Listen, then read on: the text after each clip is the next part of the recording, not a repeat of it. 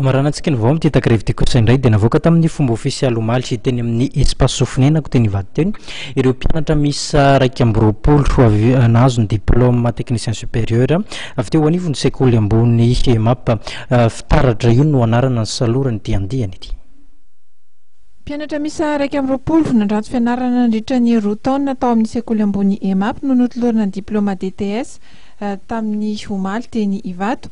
Fitaratra no anarana nosaloran'ny tiandiany fa sy amby roapolo ity izay nitsinjara tamin'ny lalam-piofanana telo samihafa dia ny bâtiment et travaux publics, ny architecture ny décoration.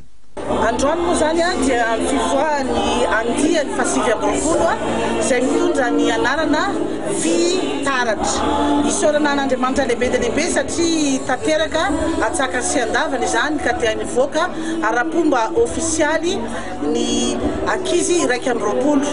Ny mpiazy androany moa dia Andriamatoa Andriamiaja Rinja izay designer ary ny tena mahafinaritra dia mpianatra tato ary diplômeta io nanaiky uraipia io dia nijery ireo zandry ndray kosa izy dia nanohana anazy.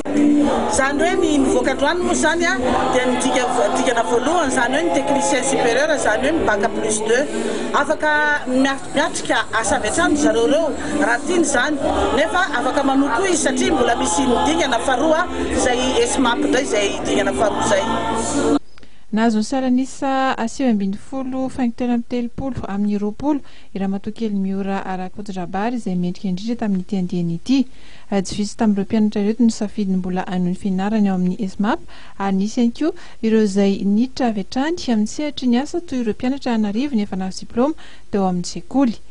Taoriana lanonam-panolorana ny diplôma moa dia niara-ny korana tamin'ireo vahiny nasaina ireo mpianatra sy ny tompona andraikitra ny sekoly.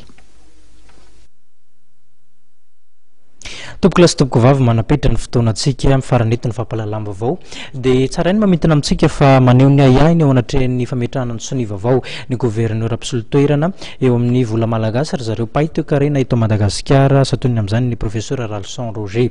Tompoko lasy tompoko vavy isaorana feno ianao nanaraka ny fampahalalam-baovao hatramin'ny farany mametraka ny veloma mandra-pitafa ao amin'ny manaraka indray ary mirary farany herinandro sambatra miaraka amin'ny fahitalavitra matv. Veloma tompoko.